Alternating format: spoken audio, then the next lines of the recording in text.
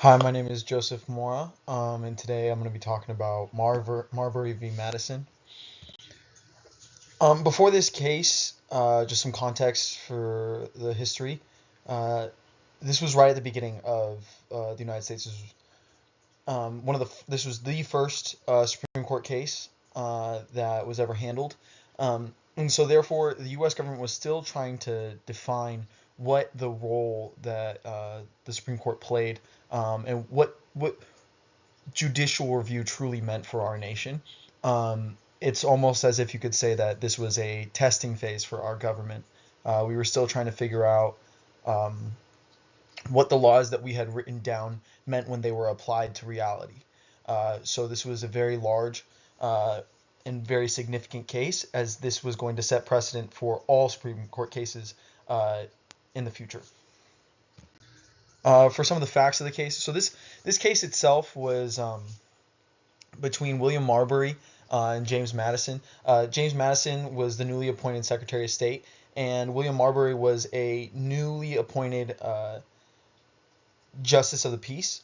Um, this this was a conflict, as James Madison did not agree with the appointment of these Justices of the Peace, and so William Marbury and three other Justices of the Peace were uh, blocked from becoming validated, as their commissions were weren't sent to them because of Madison's own refusal.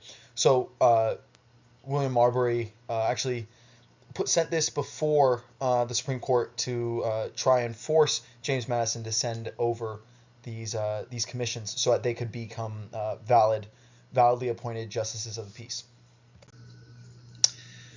Um, this was the decisions of the case were that what James Madison had done was incorrect. That he was not allowed to block formal documents that had already been signed and sealed. But they also decided that they were not that this was not their area. That as as the Supreme Court, they had no jurisdiction in this area. This would be the role of a normal federal judge, and would not be the actual explicit role of a of the Supreme Court. Now, as for the effects of this case and the decision of this case, so this really gave clarity to the role of SCOTUS.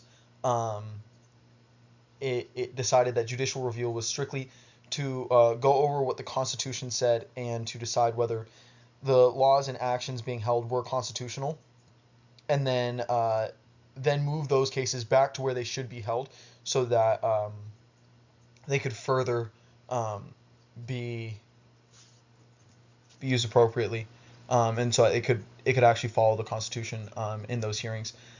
Now, if I was to be in this case, or if I was to modernize the effects of this case, I would personally expand the powers that SCOTUS claimed for itself in this case.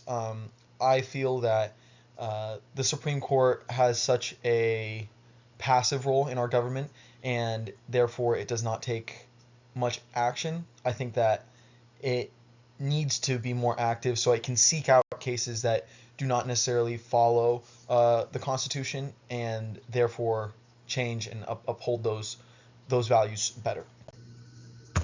Thank you so much for listening. Here are my references.